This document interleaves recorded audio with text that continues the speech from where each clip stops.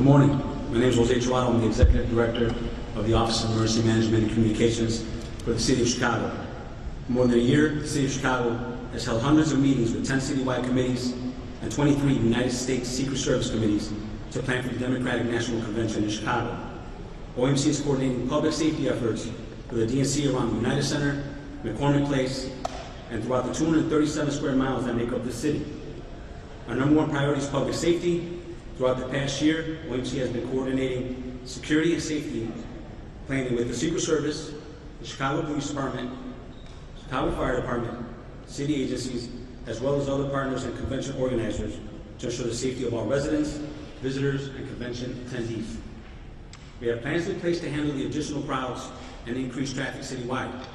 The largest impacts will be felt around the United Center and McCormick Place due to street closures, parking restrictions, and added security measures. Businesses and homes will be accessible within those perimeters. Before heading out, please remember to plan ahead, allow extra travel time, consider alternate routes, and use public transportation when possible. OMC, alongside with other city departments and federal agencies, have been canvassing the impacted areas to engage with residents and businesses to answer questions since April of this year. This includes areas around the United Center, McCormick Place, the Central Business District, the West Loop, and including the South Loop. OMC's website, chicago.gov/OMC, contains important information related to public safety, street closures, traffic reroutes, parking restrictions, emergency notifications, and much more. Throughout the convention, OMC will be pushing out important notifications. In addition to Notify Chicago and Shy-Biz alerts, we have developed a dedicated text alert for the convention, DNC 2024. In order to opt in, you can text DNC to the following number, 226-787, and I'll repeat that, 226-787. The best way to receive all the information is to download the Chicago OMC app. I believe last time we were all together, I recommended that app highly, and I still recommend it highly. Additionally, to enhance our monitoring of citywide events, OMC will activate the city's Emergency Operations Center, staffed by representatives from more than 40 city departments, county, state, and federal agencies. While we make every effort on behalf of the city to keep residents and visitors safe, we want to remind everyone they also have a role to play. We encourage the public to please report any suspicious activity by calling 911. Simply said, if you see something, say something. We look forward to ensuring a safe convention for all. Thank you. Now, please welcome John Robertson, Chief Operating Officer, Office of the Mayor. Sir. Thank you, Jose. Again, my name is John Robertson, the Chief Operating Officer for the City of Chicago and the point person for leading the city's preparations for DNC. Let me be absolutely clear. The City of Chicago is ready to host the 2024 Democratic National Convention. As many of you know, the city has a long history in hosting conventions and large events like this, and this will be the 26th time that the City of Chicago has had the honor of hosting a national party convention. Our preparations for the DNC is reverberating throughout all our neighborhoods, and we look forward to showcasing the absolute best of our city. We are thankful to our partners and are proud through this whole of government approach, led by our mayor, Mayor Brandon Johnson, and demonstrated here because of the tremendous partnerships and collaboration and coordination between the U.S. Secret Service, the Chicago Police Department, our Office of Emergency Management, as well as the DNC Host Committee and the DNCC. We are here to show off our city. We are here in this moment to show that Chicago can shine. We are here to demonstrate that in this moment that we can host the most democratic of activities, the nomination of someone to the highest office of our land, and to provide space and room for the full expression of our First and Fourth Amendment rights. We have every confidence that our visitors, our delegates, and the 2.7 people that call Chicago home will be able to enjoy this convention in a safe and vibrant manner. We want everyone to return, and we want everyone to have an amazing time and experience our city, even if they don't get to view everything during this time. We want them to come back, because Chicago is the greatest city in the world. And at this time, I'm going to turn it over to our police superintendent, Superintendent Snow.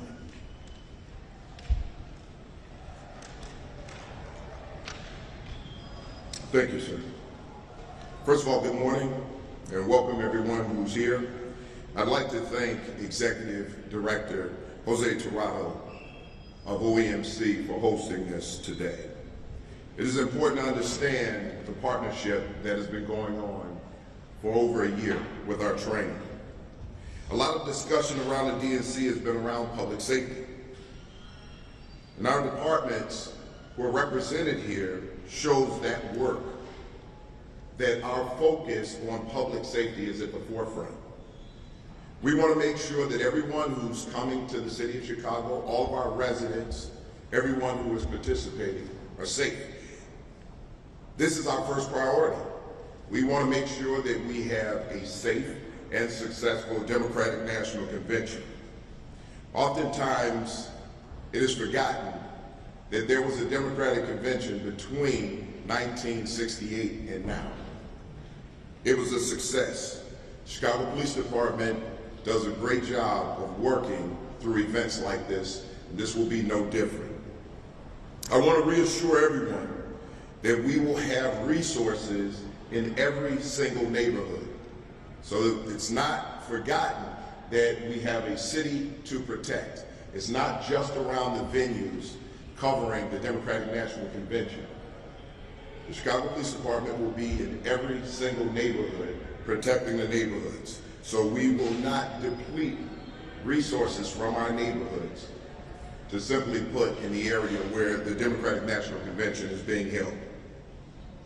Our officers have been training for over a year at Chicago Police Department, along with everyone who is going to be working with us, our federal, state, local partners, county. We're all working in collaboration to make sure that the city is safe and secure. Now with that, I'd like to turn it over to Secret Service Deputy Special Agent in charge, Derek Meyer.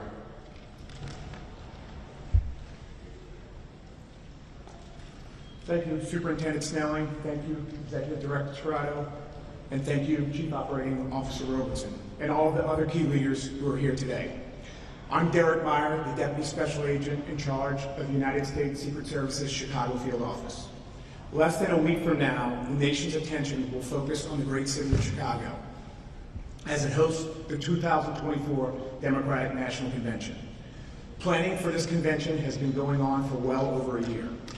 That planning, which required the help of our federal, state, and local partners, has included thousands of hours of analyzing, training, and working with the public to develop a comprehensive safety plan that was released last month. The convention has been designated a national special security event. That delegation allows for a whole-of-government approach.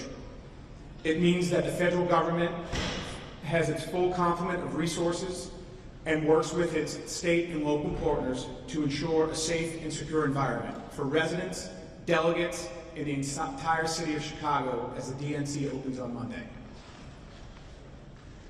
I want to stress there is no better partner the Secret Service could have than the city of Chicago and its world-class police department. Superintendent Snow is a tremendous partner, and CPD is the best in the world. I'm proud to tell you we are ready. While the DNC is obviously a huge event, Chicago has a proven track record when it comes to putting on huge events. Just this summer, Chicago has brilliantly hosted NASCAR, Lollapalooza, and the Air and Water Show this past weekend. The Secret Service also has a proven track record in coordinating security for national special security events. The DNC marks the 79th NSSE. So far this year, the Secret Service was in charge of the State of the Union, NATO, and the Republican National Convention in Milwaukee that took place last month. The Chicago Field Office also coordinated security for the RNC in Milwaukee. These events were all conducted in a secure environment, and we're expecting similar results in Chicago. The Chicago Police Department is among 17 public safety entities, including the Secret Service, that belong to the Executive Steering Committee. That committee oversaw development of the DNC security plan and included input from experts on topics including national intelligence, airspace security, traffic control, and more. Our preparation and planning kept in mind planned and spontaneous demonstrations.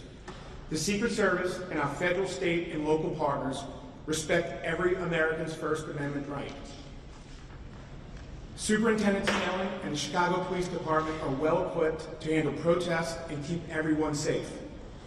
During the DNC, we know that there will be some impacts on the community, especially when it comes to traffic and parking.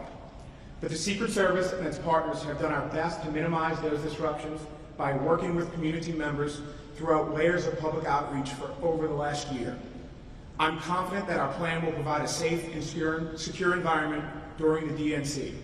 Again, I want to thank the City of Chicago, the Chicago Police Department, and our many other partners who are here today for all the work that's already been done, and especially the work that's going to come in the next week and a half. Thank you.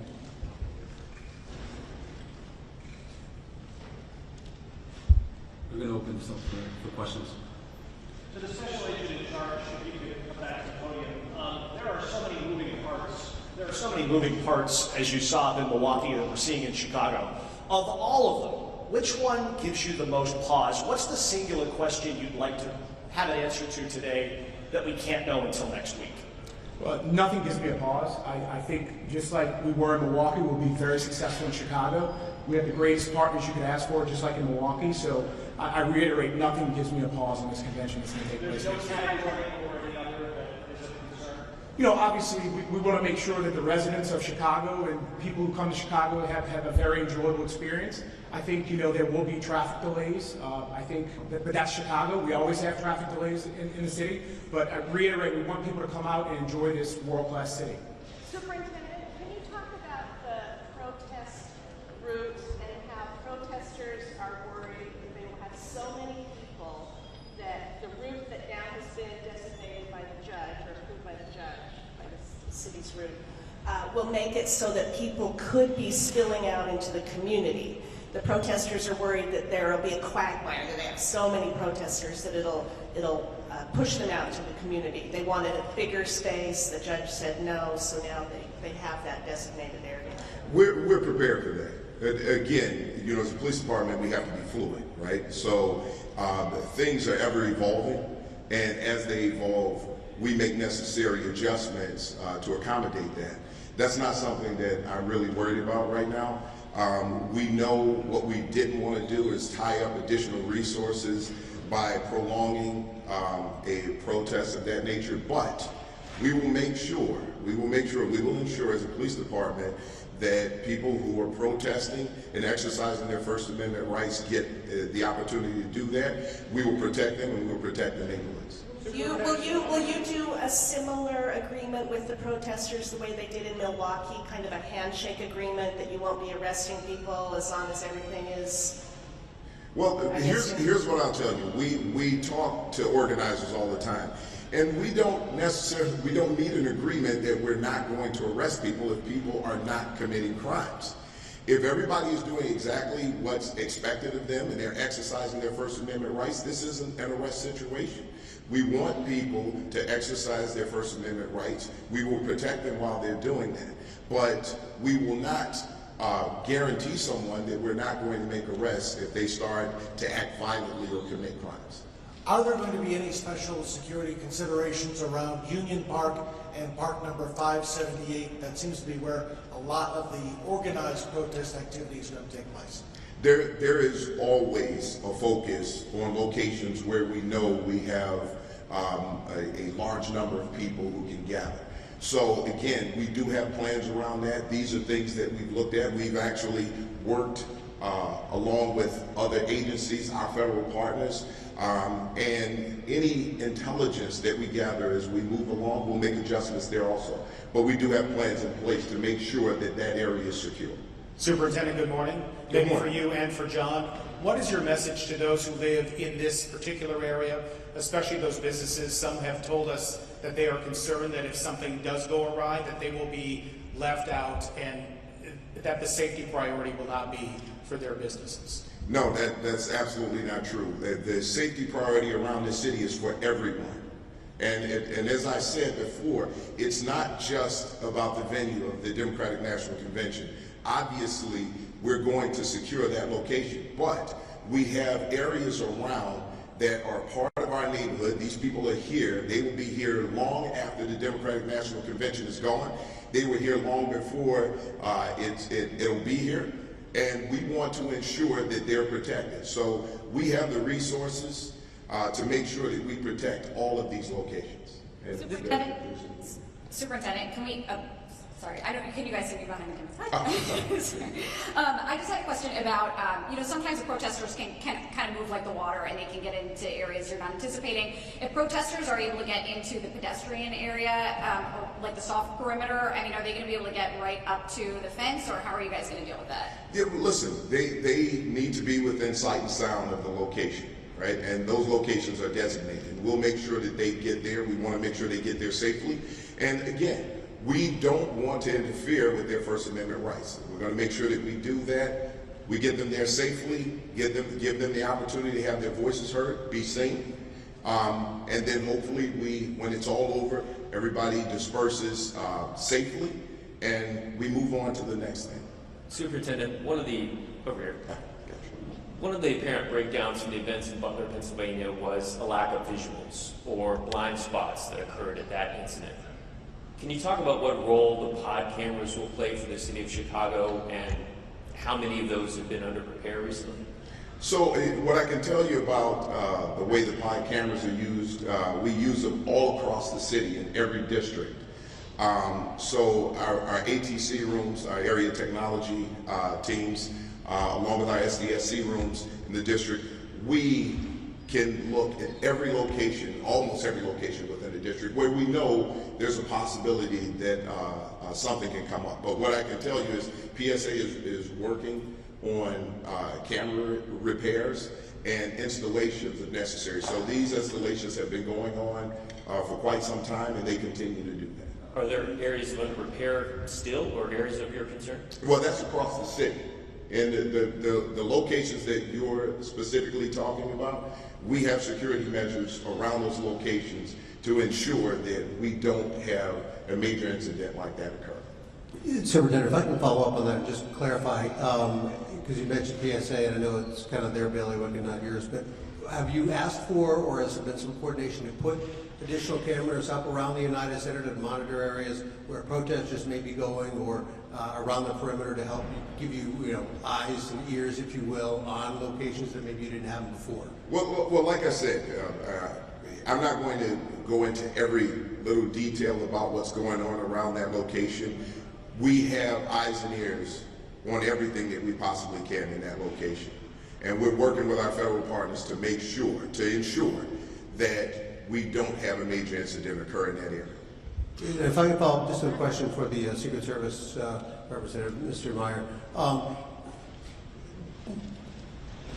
What do you say to concerns that people might have about, the security lapses that happened in Pennsylvania that allowed former President Trump to be shot? If people have questions about, is the Secret Service really ready and have everything covered? Were there lessons that were learned from that put you guys on a greater sense of making sure we have everything covered? We talk about that all the time. If you're not learning and trying to be innovative and creative in law enforcement, you're not doing your job. So obviously all of us in law enforcement are trying to get better every day. But as far as comparing Butler to a national special security event, you can't compare it. This is a whole of government approach. We've been planning for this convention for well over a year, so we can't compare the two. Did you make any last adjustments? I wonder if you could talk a little bit about what you're doing in terms of keeping ear to the ground, monitoring social media, developing intelligence on anybody that might be coming to Chicago for the wrong reason. Well, we work closely with our federal partners, JTTF, and also the Bureau of Counterterrorism. Any intel that we get, we make adjustments. Any information that we think the public needs to know, or something that we need to warn the public about, we will absolutely put that out there. Right now, we're doing the same thing. Anything that we see, we create plans around it for preventive measures for one, right? A lot of times we'll hear threats or we'll see things. We look at the credibility of it, but obviously we take them all seriously. So when we see something that we think could be volatile, we get out in front of it and we make sure that we put preventive measures in place. That's all questions. That's it. Thank you. We're good. Thank you. If any of the cameras are going to go down to the citywide meeting, you could follow us.